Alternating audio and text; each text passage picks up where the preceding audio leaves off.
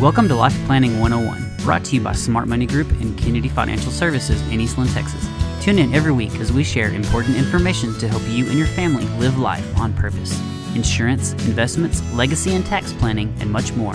All covered now on Life Planning 101. Welcome into Life Planning 101. My name is Angela Robinson with Smart Money Group and Kennedy Financial Services right here out of the great town of Eastland, Texas. Like actually, I'm sitting in Three Forks, Montana at the moment, but I'm joined by an awesome guest today. It's going to be able to share some incredible information. I went through a course at the end of the year, and I was so excited to do this course because we help so many people sell their businesses, yet I've always felt like there's a component that we're missing big time. And that's helping, kind of more than the planning and the retirement and how to do it from a tax efficient way and how to make sure that, you've got a legacy that lasts at the end of the day and that you're retiring to something, not just from something and all those things. I feel like, there's people that come to us and say, is my business ready to sell? And that's an answer that we don't often have. We know enough sometimes to be dangerous, but I feel like, we really need to be upping our game in this area. And the reason we do is because I've seen so many times that people think they have one thing with their business and they just don't. The value's not good enough. When it comes to the end of the day, it doesn't meet their expectations. So they end up working themselves into the grave. Maybe it's, they're forced to sell because of a health event or a death and things are not what they thought they would be for the family. Even when, we've seen people sell a business and then they're miserable after they sell it, they regret it. And none of those things are good. None of them are good. And so I thought, okay, what are we missing here? Well, I found a guy. I found a guy that I think fits the bill. And I'm really excited to be able to share him with all of the families that we serve. And what he does is he helps businesses get ready and attractive to sell. And sell when you're ready to sell when you're not ready to sell, and you're forced to sell. And I think that's extremely important. So with no further ado, I want to introduce you to Mr. Rich Hall, founder of the Rich Hall Group and a certified exit planning advisor. Rich, thank you for joining us right here on Life Planning 101. Thank you, Angela. What a great introduction. And I can tell right off we're going to have a good conversation and just hope that our business owner clients spend a little time with us and enjoy it, but also have some highly valuable walkways as well. Absolutely. And, you've spent your career, looking over your career, obviously you've worked as a CEO. I mean, you've done a lot. And so you haven't always been in this role. But what intrigues me is that you always saw the holes and now you're working just to help people maximize the value that's in their business and reach their life goals. And I think that's amazing that you do that. So kick things off. So let's ask you some questions. Let's dig into your brain. So did you know that the most business owners have the majority of their wealth tied up in their business, yet surprisingly few have a solid exit plan? The tragedy is, and I've verified these stats with a lot of business owners that I work with, and on average, 80% or more of a business owner's wealth is actually tied up in their business. So, if the business needs blood, it's their blood. If it needs cash, whatever it is, and their livelihood is tied up in the business. So literally 80% of their wealth is in the business itself, but only 10% or less of business owners actually have a formal exit strategy plan over how to extract that out of their business when they're ready. Sounds like a pretty risky proposition to me. It is a risky proposition. I think it's there's a saying around this. I'm totally going to slaughter this about staying with the enemy that so to speak. But I think that's a lot of times what a business owner feels is that they have their blood, sweat, and tears into it, so they can't even look up to do anything different. And at the end of the day, they wake up and they just hope that there's something there to leave their family. And we've seen it where because of all the changes technology wise, their business became irrelevant. And it's really sad because they did that their entire lives. So to your point, extremely risky, right? Extremely risky to do it that way. So before we dive in, I mentioned your background, and I think it's important for our listeners to kind of know where you came from and what led you to actually be a certified exit planning advisor. Well, if we go all the way back to a lot of my early days in my career to bring us forward, I've been what I would call a turnaround person, either for companies that were looking to rapidly grow and to take them from where they are today, or a company that's really struggling and needed somebody to come in as a change agent. And as I described this, that was as an employee of these companies and as an executive. So it wasn't a hired advisor from the outside that, hey, whether you are successful or not, I'm still going to get paid. It was as an employee and an executive saying, wait a minute, these are real people, real companies. And many of those went through highly successful mergers, acquisitions, sales. And I enjoyed it, and that's what I was very good at. And then I got to a point in my career where I said, I enjoy that enough that I'd like to do that for a lot of different companies.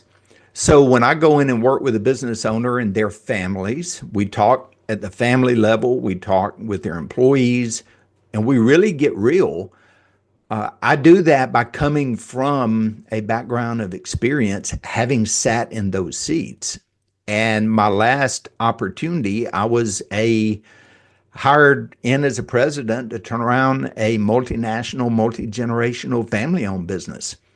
And, it's hard when you're dealing with families, but we're talking about the future generations here. So I come at it from a perspective of actually having worked in those businesses and understand what they're going through. Sure. Well, and I think that's so powerful. I can totally relate to that. We work with so many family businesses, helping with their succession plan. And there's so much more than just the tangible piece behind that. And coming from a family business, having the experiences that we've had, there's no better way to come at it because you're coming at it from a non-judgmental angle. Facts are facts, and you got to deal with the big things and move things along. So I really appreciate that, Rich, about you. Backing up kind of, you talked about with obviously, the statistics of how much of the business is usually the owner's wealth. How should business owners be thinking about that?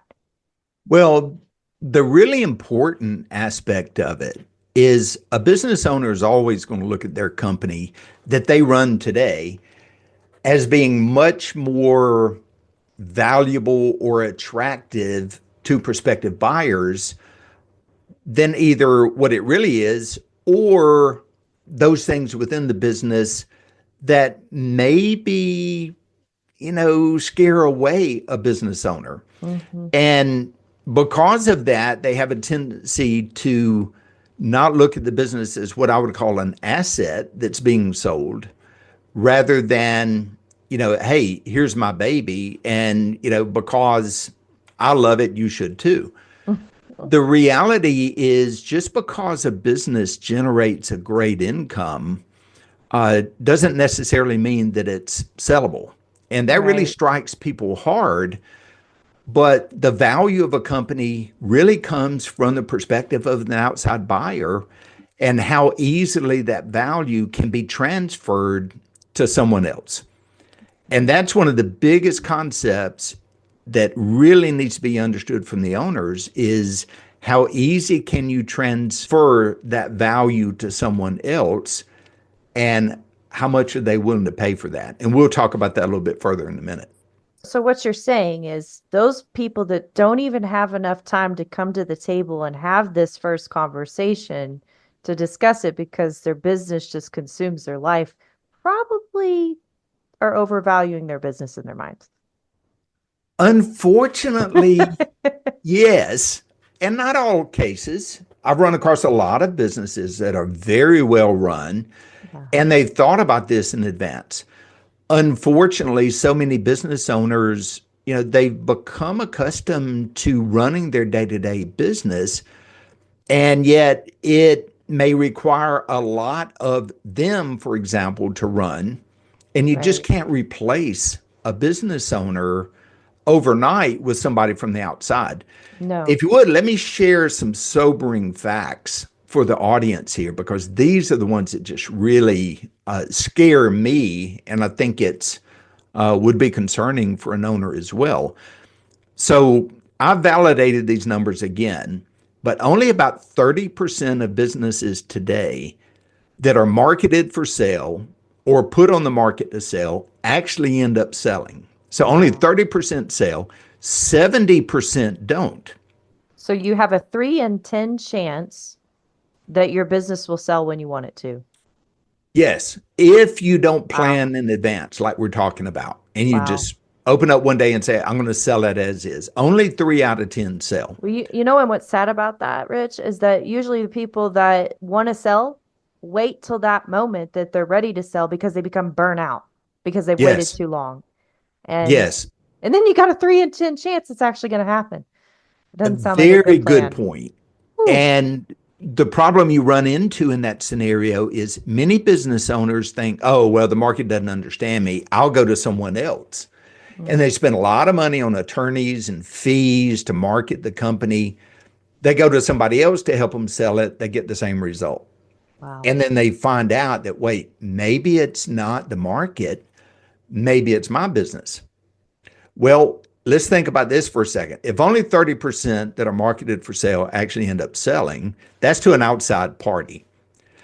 But in the cases where a business owner says, well, wait a minute, I'll just transition it to my, the next generation.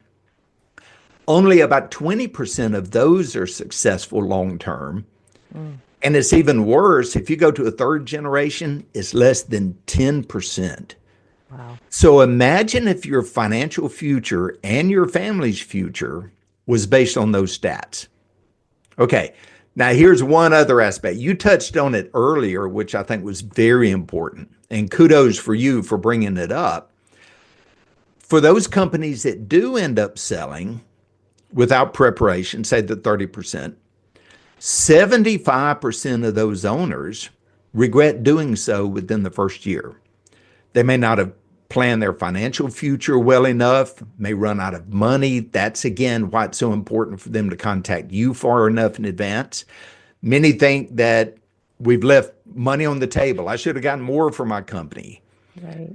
And the bigger part that I see is when you ask business owners, they're so focused on, I'm just tired, I'm worn out, I just want to be Yep. done. And then if you ask them, well, what's the plans? What's the, after look like? Hmm. And, we often hear, well, I want to travel, I want to play golf, I'm going to buy the lake house. That lasts for about 6 months.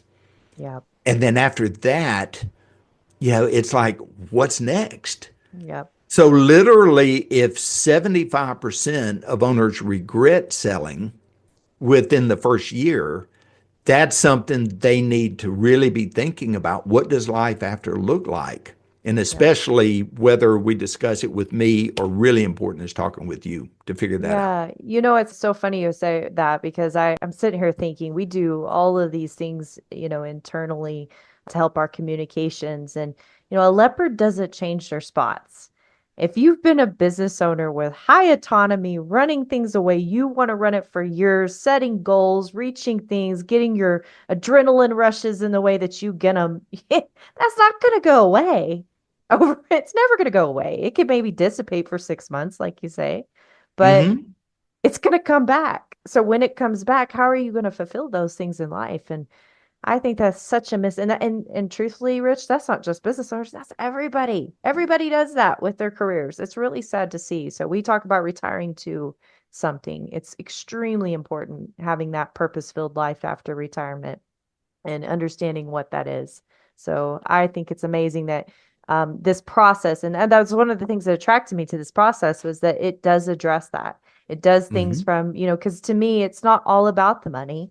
The money's here to support living life on purpose. And if we're here living for the money, we've got it all wrong in the first place. So I think it has to start there. So that's wonderful that you do it. So let's talk about exit planning. what does it consist of?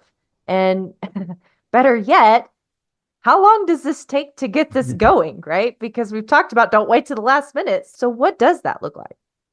Well, great question. So let's define exit planning is really about the process of preparing a business owner and their company for a successful transition of ownership of some kind, whether it's through a sale, succession to the kids, as an example, or some other means. And there's a lot of ways to structure this. It's not just buying and selling or transitioning to the kids, but it's also about aligning the business's value with the owner's. What are your personal goals, Mr. Owner? How do those translate into financial goals in the future? That's where you come in, Angela. And then also, what about business goals? What's important to them? Is leaving a legacy for the company important? Or many business owners say, hey, I've run this business long enough. It's max value and I want to sell it for as much as I can get. That's fine too, but it's very important to understand that up front, because that can also dictate the type buyers Sure. or successors that'll really be the best fit for the company. Yeah. So a large focus of mine is, once we understand that, how do we maximize the value of a company? In answer to the time frame, in a best case scenario, we like to plan out about 2 to 3 years. It usually takes about 9 to 12 months to sell a company. So that means we've got about 1 to 2 years to take it from where it's at today to transform it to where it needs to be to meet those goals of the business owner. Right, right. Well, and I think we talked about this a little bit before, but despite companies just being successful, having strong earnings, financials looking good, they still struggle to sell. Would you talk about, and I know we don't have a whole lot of time left on the show, but talk about some of the reasons why that might be happening. Yeah, absolutely. It really goes back to the difference between what I call an income-based company versus a value-based company. And I'll give you an example. When an owner is way too involved in the day-to-day operations of the company, they're involved in the decision-making, relationships, the sales rely on the owner. It may generate a great income, but it's not that valuable because it can't run without the owner. Mm-hmm. Same thing, if you've got a particular client or two that generates a very large percent of your revenue, as an example, that makes it very tough, because what if something happened to one of those clients? What if when you retire, it was all about the relationship between you, the owner, and that client, and they Right. decide to go somewhere else? You say it can generate a great income, but it'd be very risky for a buyer to come in. Also, developing a strong leadership team. A great way of reducing that risk is a potential buyer comes in and says, wait a minute, you've developed a great team. I don't have to have all the answers day one. Therefore, let's focus on growing what I've acquired and turning it into a much bigger company, which is why they buy it in the first place. And frankly, that makes it much more attractive. And that's the kind of model that buyers are looking for. Sure. So, as they say, all owners exit at some point, and there's these 5 Ds in the industry that we talk about. Who are these preferred buyers, in these examples? And I'll let you talk about these nasty little Ds. Yeah, so here's the thing that most business owners don't think about. Over half of the exits of a business that occur involuntarily due to, say, unforeseen events. So the 5 Ds, as we talk about: death, disease, divorce, disagreements, or things like distress, could be financial distress. These things can cause a business owner to have to either sell or to exit again involuntarily.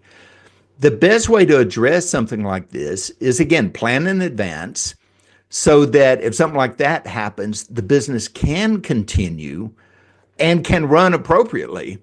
Right. That usually translates to things like either a succession plan, who's going to make the decisions, who can legally make the decisions.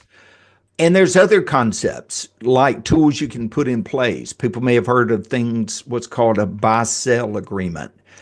If something happens to the owner, we agree that the company can buy their shares and these other people end up running the company, as an example.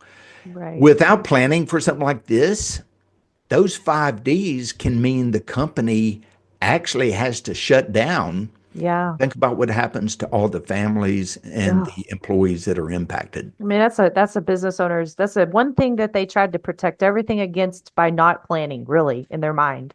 It's just a fine irony of the way that that occurs, but it's so sad and it happens way too often. So, we're running out of time, obviously, but you got a lot of experience. If you could offer just one piece of advice, a business owner that's considering selling their business or just looking at exit planning, what would you tell them? I'd say educate yourself on the difference between an income-based business and a valuable business. And once you do that, you will start finding that the company runs better and it becomes much more attractive to outside buyers and giving you a lot more options in the future. Awesome. Yeah, I totally agree. That's why you're here.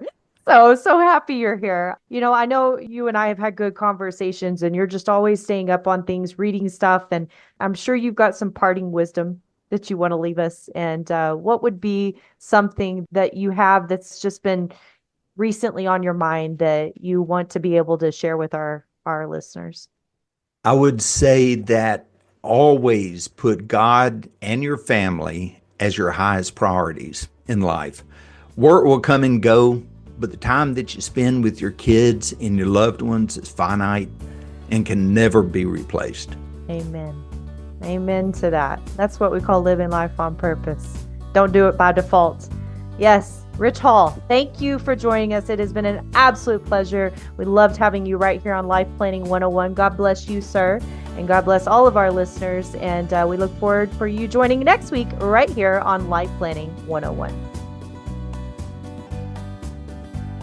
Thank you for joining us for Life Planning 101, brought to you by Smart Money Group and Kennedy Financial Services. If you have questions, you can email them to lifeplanning@kennedy-financial.com. Don't forget to learn how our sister company can assist you with all of your tax and consulting needs. You can find out more at briscoeandassociates.com. Be sure to tune in next week for more Life Planning 101. The opinions expressed herein are those of the firm and are subject to change without notice. The opinions referenced are as of the date of publication and are subject to change due to changes in the market or economic conditions and may not necessarily come to pass. Any opinions, projections, or forward-looking statements expressed herein are solely those of the author, may differ from the views or opinions expressed by other areas of the firm, and are only for general informational purposes as of the date indicated. Securities offered through Calton & Associates Incorporated, a registered investment advisor, member FINRA SIPC. Investment advisory services offered through Smart Money Group LLC. Kennedy Financial Services and Smart Money Group LLC are separate entities and are not owned or controlled by Calton & Associates Incorporated.